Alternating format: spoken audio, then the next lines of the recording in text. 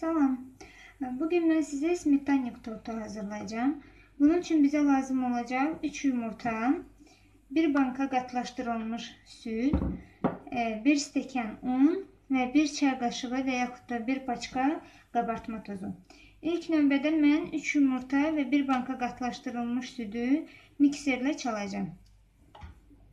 Ben yumurta ve qatlaşdırılmış sütü çaldım. Onlar çok köpməməlidir. Biraz bir-birinə qarışmalıdır hər ikisi. İndi isə üzərinə 1 stəkan, yəni 200 qram unu və 1 çay qaşığı qabartma tozu əlavə edib qarışdıracağım.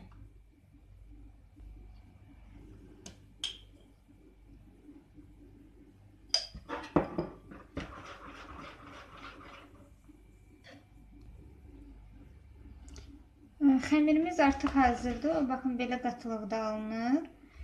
Mən indi xəmiri belə bir tavaya boşaldıram. Tavanı kağız sərmişəm parda və üzərini yağlamışam.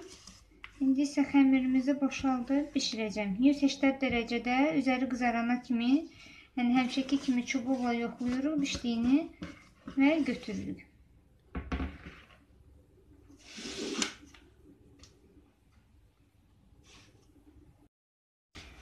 İkinci bisküviti de eyni ilə hazırlayıb üzərinə 2 xörək qaşığı kakao tökdüm xəmirinə. İndi isə bunu da mən 180 dərəcədə bişirəcəm.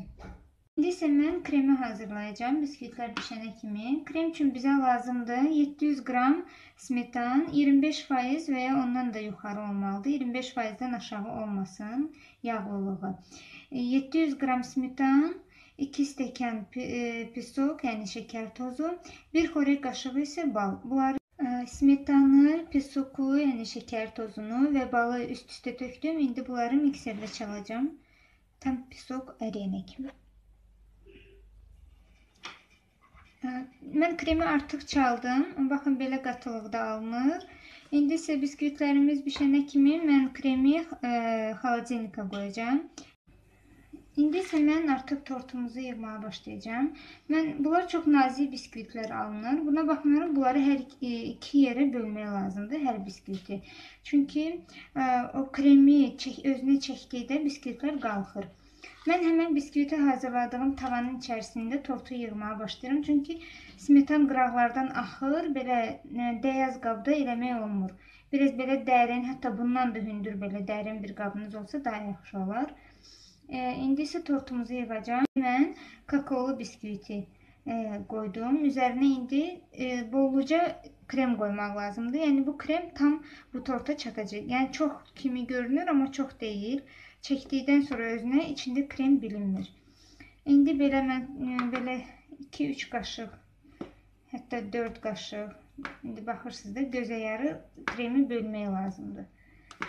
Belə çox qatı krem alınmır gördüyünüz kimi.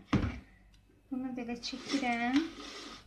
Sonra üzərinə ağ bisküviti qoyacağım. Sonra yenə kakaolu və üstdən də ağ bisküvit. Və belə tortu yığıram.